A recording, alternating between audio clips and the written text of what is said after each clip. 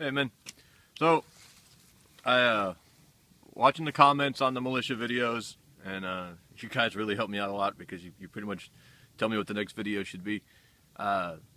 Everyone, a big concern is infiltrators, government infiltrators. You know, coming in to find out what's going on, and not even find out what's going on, but entrap members of a militia into breaking laws and being stupid. This is not a silly concern. Just locally, this was several years ago now. I don't remember how long ago, but a gentleman I knew, a good guy, could be a little silly, but for the most part was just a good average man who were very concerned. Was usually the voice of reason in the groups he was involved with. Usually was the guy you would go to as the guy who you could talk some sense to, because we all know there's been some crazy militias in the past. This gentleman and 3 of his friends got involved with a plot, and there's no other way to put it. A government informant, and I don't know how much the informant was connected to the government, but someone from the government, some law enforcement informant, got into their group, came up with an idea, promoted the idea. You know, it was his idea. He talked everyone else into it. And he was the one who supposedly had the means to do it. He was going to get them the explosives they needed and everything. And the whole time, of course, it was a government thing. And it was a law enforcement sting. They got arrested. It was kind of a big deal. They spent some time in jail. Got jerked around by the legal system. In the end, I don't remember how bad the legal ramifications were for him. It wasn't as bad as we were all expecting, because it was, you know, you get these things in front of a jury and they don't always go as well for the government, because I mean, you got the government informant who did the whole thing from beginning to end. But the point is, yeah, these guys were stupid, and what they were talking about doing was something none of us would ever, no sane person should think was legitimate. I think they were going to blow up a major road or something during rush hour. I mean, it was ridiculous that anyone thought that this was a legitimate thing for the militia to be involved in. It certainly wasn't. It certainly wasn't something that anyone of sense should have anything to do with. It was stupid and reckless and ridiculous. But you know what it was? It was a bunch of buddies getting together, drinking beer, and just talking silliness. This thing never had any chance of happening. These men were not going to do this. They were, you know, they were LARPing. They were live action role playing, and it got away from them. And you'll never convince me otherwise. I knew this guy. I knew the one guy. I may have known the other ones, but I'm not sure. But I knew this one guy. Decent, hard-working, everyday guy. This was just a fantasy that got away from him and never had any intention to. But the point is that the government will do that. So it's a valid concern to be worried about infiltrators and spies coming in and trying to cause a situation that the government can then come in and take advantage of and bust up the militia. Because the government hates the militia, hates it, despises it.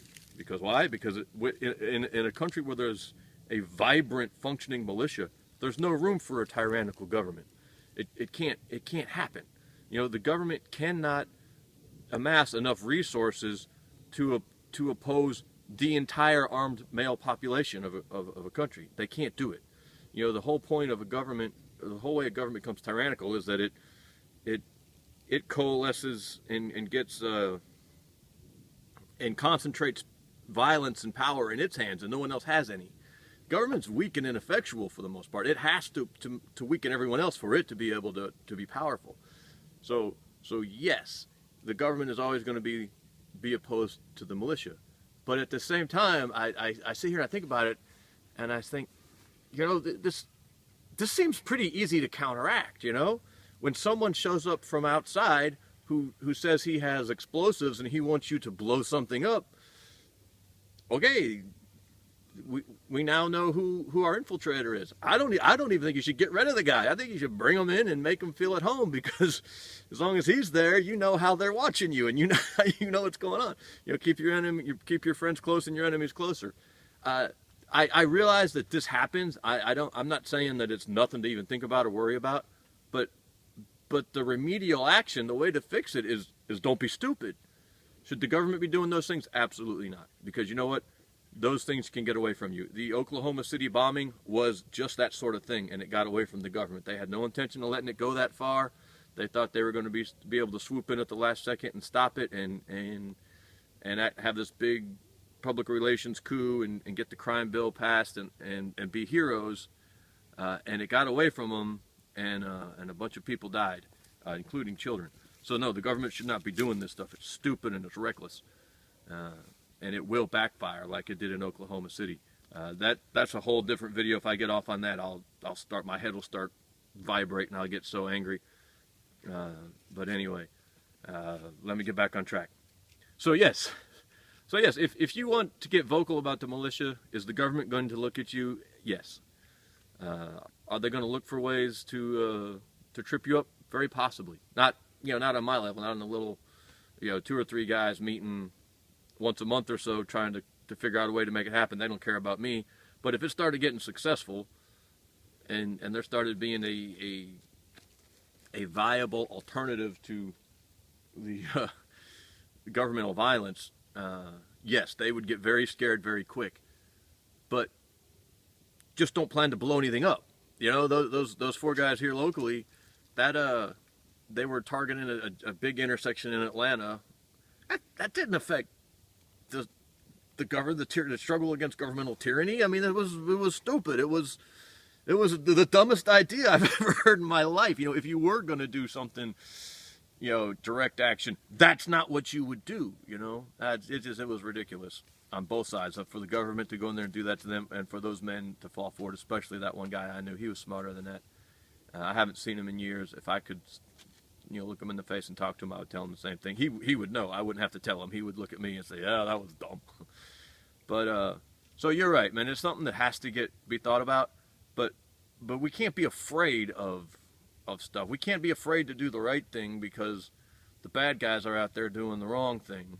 We have to be smart. We can't be stupid.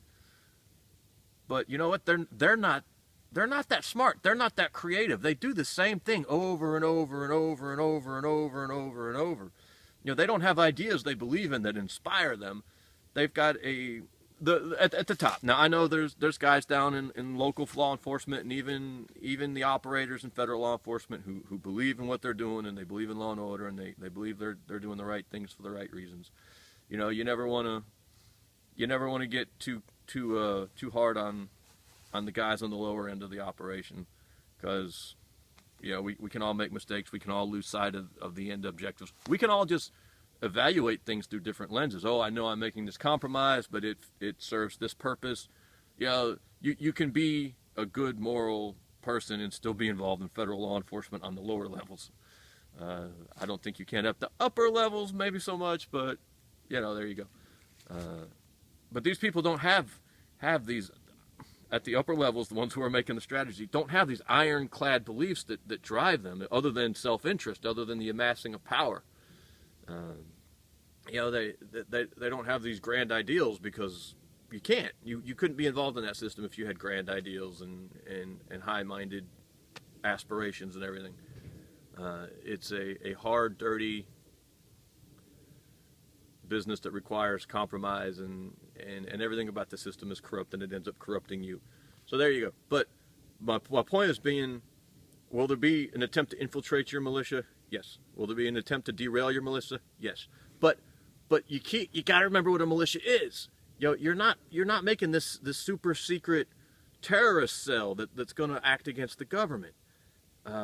You're trying to get a group of men, mostly men, to train together once a month and dedicate to securing their community.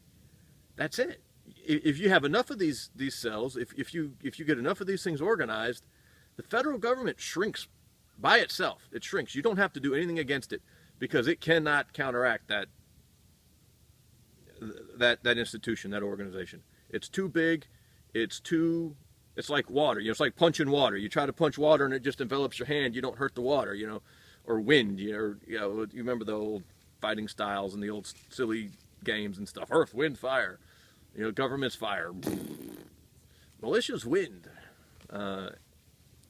You you can't overcome it. You don't have to come up with a battle plan to go take Washington, because there's going to be, you know, millions of men with deer rifles all over America who have said, oh, no, ain't happening, and the government's kind of go, okay.